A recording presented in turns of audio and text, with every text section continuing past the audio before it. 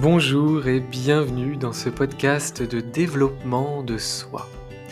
Je suis Romain Bamaison, coach multi-outils et formateur en entreprise. Ma mission est de vous accompagner vers l'harmonie dans vos différentes sphères de vie, en mettant l'introspection au service de l'action, tant dans la sphère personnelle que professionnelle. Avec ces épisodes de podcast et méditation guidée, je vous invite à partir en voyage à l'intérieur de vous, à vous offrir un instant de douceur, de contemplation, de réflexion pour soi, pour explorer vos phénomènes, aller au-delà de vos barrières et révéler vos ressources cachées, oubliées ou sous-estimées. Vous pouvez retrouver mes accompagnements en développement personnel et professionnel sur mon site romainbamaison.fr. Je vous souhaite une très bonne écoute.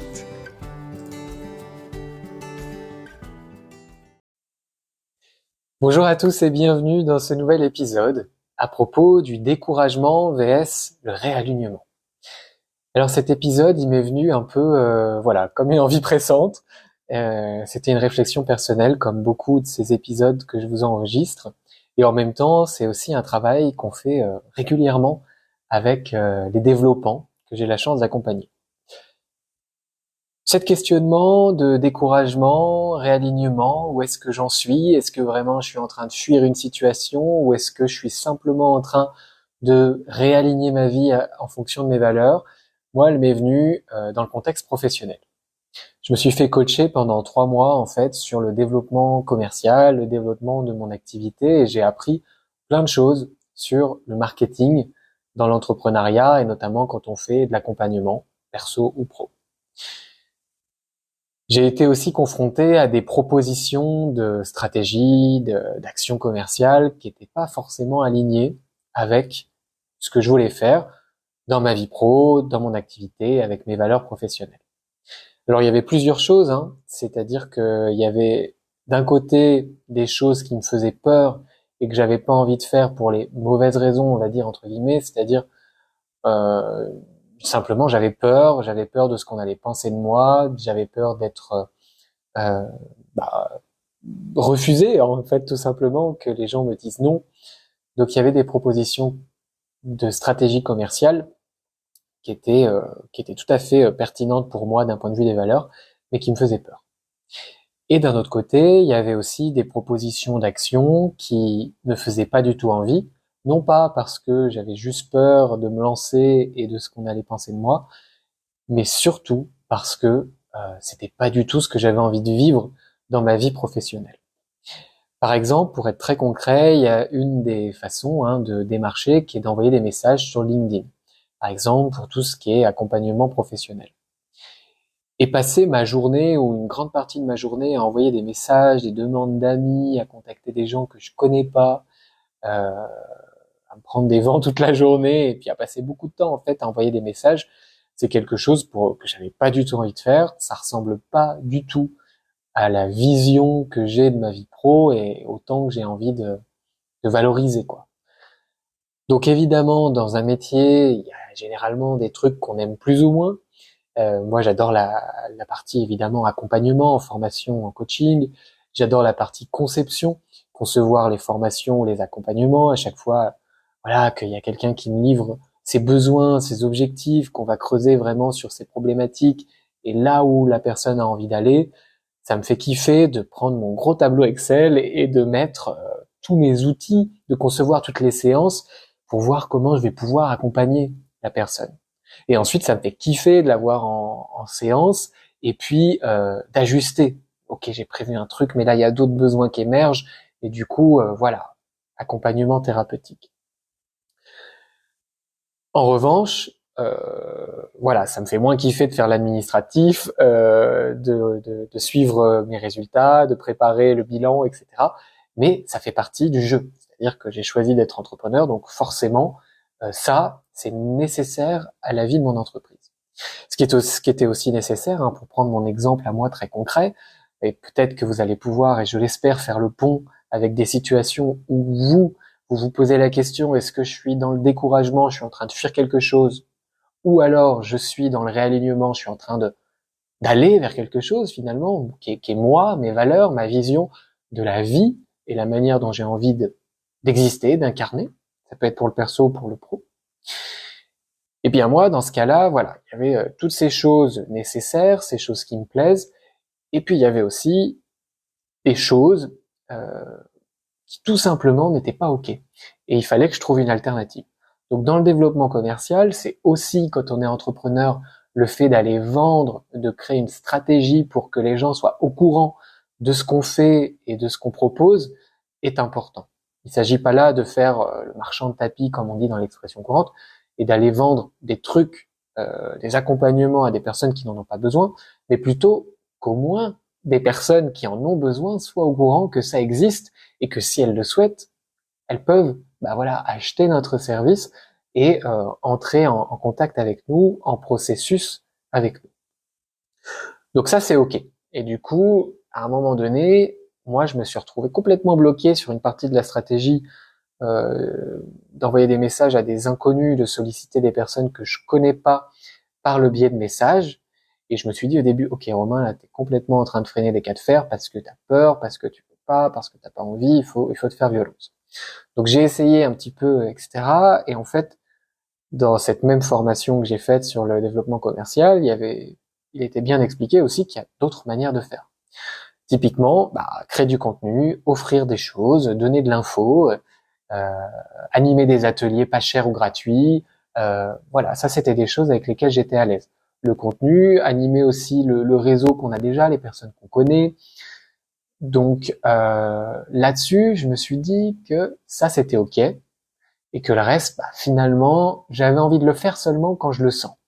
C'est vrai qu'il y a des fois où je sens qu'il faut que je contacte telle ou telle entreprise pour proposer un atelier. Je sens qu'il faut que j'envoie un message à telle ou telle personne pour lui proposer un service, un programme, etc. Et du coup, l'apprentissage là-dedans, c'est que, et je me posais encore la question hier soir, je me disais, OK, est-ce que là, je suis en train d'orienter mon activité parce que je me décourage, parce que je ressentais un peu de ça, ou est-ce que je suis en train d'orienter mon activité pour la rendre plus alignée avec moi? Du coup, j'ai envie de vous parler du découragement et du réalignement, d'en faire l'indistinction, et j'ai envie là, dans les quelques minutes qui vont suivre, de vous partager quelques questions qui peuvent permettre de clarifier la situation, de comprendre si vous êtes dans du découragement et peut-être ça mérite un peu de repos et puis ensuite de repartir de plus belle, de se remotiver, ou est-ce que vous êtes dans un réalignement et en fait la situation est simplement très bien comme ça, parfaite pour vous et en train de vous amener vers quelque chose qui est encore plus aligné. Donc déjà, le découragement, c'est un état émotionnel qui se caractérise par une perte de motivation. Ça, on est OK. Et aussi par une perte de confiance et d'espoir face aux obstacles. Donc, dans le découragement, va y avoir ce sentiment d'échec, de frustration. C'est une situation qui devient stressante parce que on a l'impression qu'on peut pas le sauter, cet obstacle, que c'est trop dur, c'est trop haut pour nous, et finalement, on baisse les bras. C'est vraiment ça, le découragement. Ce qui est intéressant aussi de se dire, c'est que le découragement, il vient de l'extérieur. Le découragement, il est causé par des facteurs externes. Quand je me sens découragé, c'est parce que je peux me demander ce que le monde va penser de moi. Je vais décevoir mes parents, je vais décevoir mes amis, je vais décevoir ce que j'aimerais qu'on perçoive de moi. Donc dans le découragement, il peut y avoir aussi un peu de l'ego. L'ego, voilà, qui a envie de briller et qui brille pas, et qui est pas reconnu. Donc ça, c'est aussi un bon indicateur dans le découragement de voir que si c'est 100% extérieur ou quasiment, c'est qu'effectivement c'est du découragement, de la démotivation pour des raisons qui sont peut-être pas en lien avec nos valeurs profondes et qu'en fait peut-être que ce qu'on est en train de faire c'est parfaitement aligné, mais qu'on se décourage par rapport au monde extérieur qui ne nous reconnaît pas autant qu'on voudrait, on n'a pas les résultats qu'on voudrait. Ça, c'est d'accord, hein, de ne pas avoir les résultats qu'on veut tout le temps à l'instant où on les veut. Et en fait, dans le découragement, si jamais ce qu'on fait c'est encore aligné avec nos valeurs, eh ben, l'idée c'est d'aller enquêter et de dire, ok, j'ai vraiment envie de faire ça, j'ai toujours envie de faire ça. Pourquoi ça marche pas? Comment je peux le faire autrement? Dans le découragement, il y a un sentiment de frustration, je l'ai dit, de désespoir et d'impuissance. Euh, et ça va vraiment, souvent en tout cas, être lié à une baisse d'estime de soi et une baisse de confiance en ses capacités. Je me décourage quand je fais quelque chose qui fait sens pour moi et que j'aime, mais que j'ai l'impression de pas réussir. Versus le réalignement, qui est un processus interne de réévaluation. Le découragement, je suis découragé par l'extérieur. Le réalignement, je suis réaligné par l'intérieur.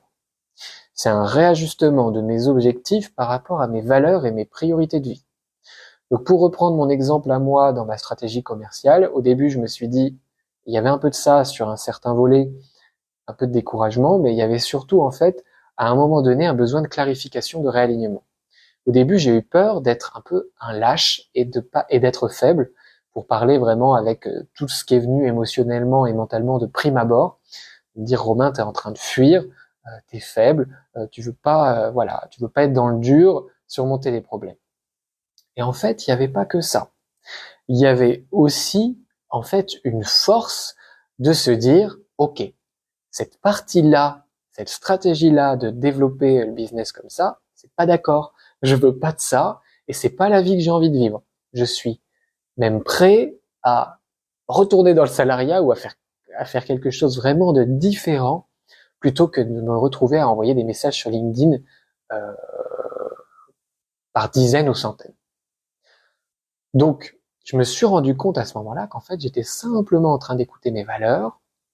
Alors, c'était tout aussi challengeant que le découragement, mais que du coup, c'était du réalignement parce que j'étais orienté solution. J'étais en train de faire une espèce d'introspection pour comprendre ce qui était important pour moi et comment je pouvais faire pour cheminer de manière authentique et satisfaisante pour moi dans mon business. Quand on se réaligne, on est plutôt motivé par les facteurs extérieurs, plutôt que découragé. Quand on se réaligne, il y a un peu de résilience là-dedans parce qu'on va prendre comme tremplin ce que nous proposent les autres ou les circonstances pour faire preuve de créativité, prendre des virages plus ou moins larges, revirer plus ou moins de stratégie, de vie personnelle, professionnelle, pour arriver à croître, pour arriver à déployer nos ailes dans un environnement favorable. Le réalignement versus le découragement, le réalignement, il amène des changements qui sont plutôt favorables, des changements très concrets qui vont nous permettre de faire des choix qui sont bons pour nous. Là où le découragement va nous permettre de faire des choix qui sont peut-être moins bons pour nous, des choix à contre-cœur, parce que découragés. Réalignement, on se choisit soi, on fait des choix qui sont alignés.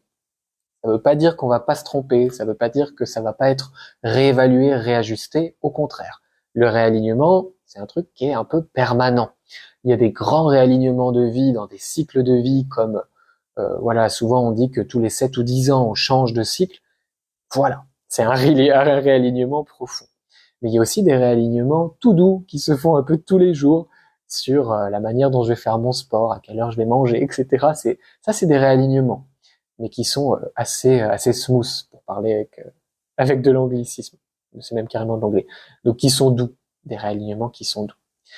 Mais alors maintenant, comment on fait la distinction? On l'a déjà un peu vu, mais comment concrètement je vais distinguer si je suis découragé ou si je suis en train de me réaligner?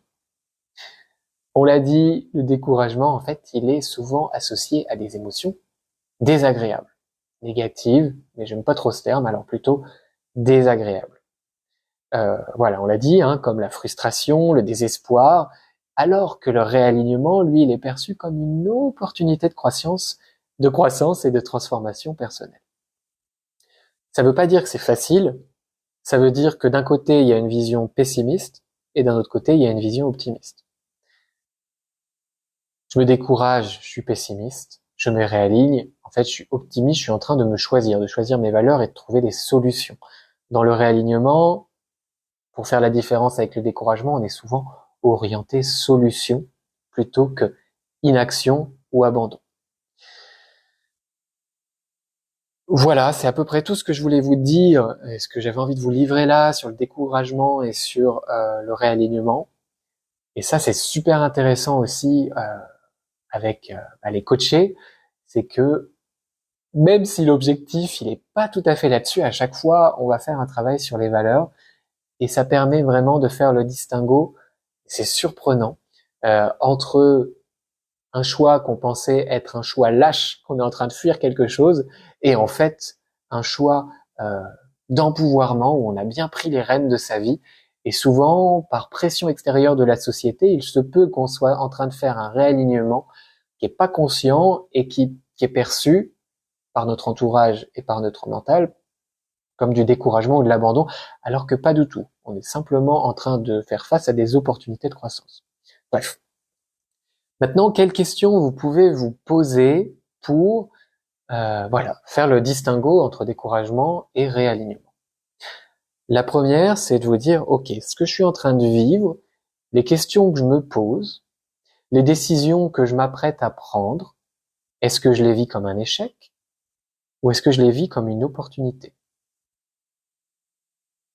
Autre question, une fois que j'aurai pris cette décision, est-ce que j'aurai plus de confiance en moi parce que je me connais mieux et j'affirme mes choix? Ou est-ce que j'aurai moins de confiance en moi parce que j'ai échoué? Je pense qu'il n'y a pas besoin de décrire, hein. Vous comprenez bien le distinguo. Si j'ai plus de confiance en moi, ça a été un réalignement. Si c'est moins de confiance en moi après ma décision, c'est qu'effectivement, je suis dans le découragement. Je suis en train d'abandonner, de fuir. Ça peut être bien. Et d'ailleurs, je pense qu'on peut faire à un moment donné de notre vie d'un découragement un réalignement. Mais ça demande un switch. Ça demande d'aller voir le monde depuis un autre point de vue. Ensuite, une autre question qui est un peu liée, c'est de vous demander, si jamais je prends cette décision dans ce sens-là, quand je vais en parler, est-ce que je vais être à l'aise ou est-ce que j'aurai honte? Si je suis à l'aise, ça a été un réalignement, j'incarne, j'assume le choix. Si je vais avoir honte, c'est plutôt un découragement. En fait, j'ai fui face à la difficulté pour quelque chose que j'avais vraiment envie de faire. Voilà, chers amis, les questions que vous pouvez vous poser à propos du découragement et du réalignement. Je vous pose ça là comme ça, mettez-le en perspective par rapport à vos situations, ce qui vous parle, ce qui vous parle pas. En tout cas, je l'ai livré, voilà, vraiment avec le cœur. J'espère que ça aura pu quand même vous éclairer un petit peu, ou en tout cas engager des réflexions pour votre introspection, pour clarifier les choses chez vous, que vous soyez dans des questionnements perso ou pro. Voilà, prenez bien soin de vous. Moi, je vous dis à bientôt pour un nouvel épisode et travaillez bien sur ce sujet-là si vous avez envie de plancher un peu sur ces questions. Bye bye. Merci d'avoir écouté ce podcast jusqu'au bout. D'ailleurs, s'il vous plaît, n'hésitez pas à le partager autour de vous, à le soutenir avec une jolie note et un commentaire. Si vous souhaitez en savoir plus sur les accompagnements, que ce soit dans une démarche personnelle ou professionnelle, je vous invite à me contacter pour un entretien gratuit et sans engagement en cliquant sur le lien dans la description de ce podcast. À tout bientôt.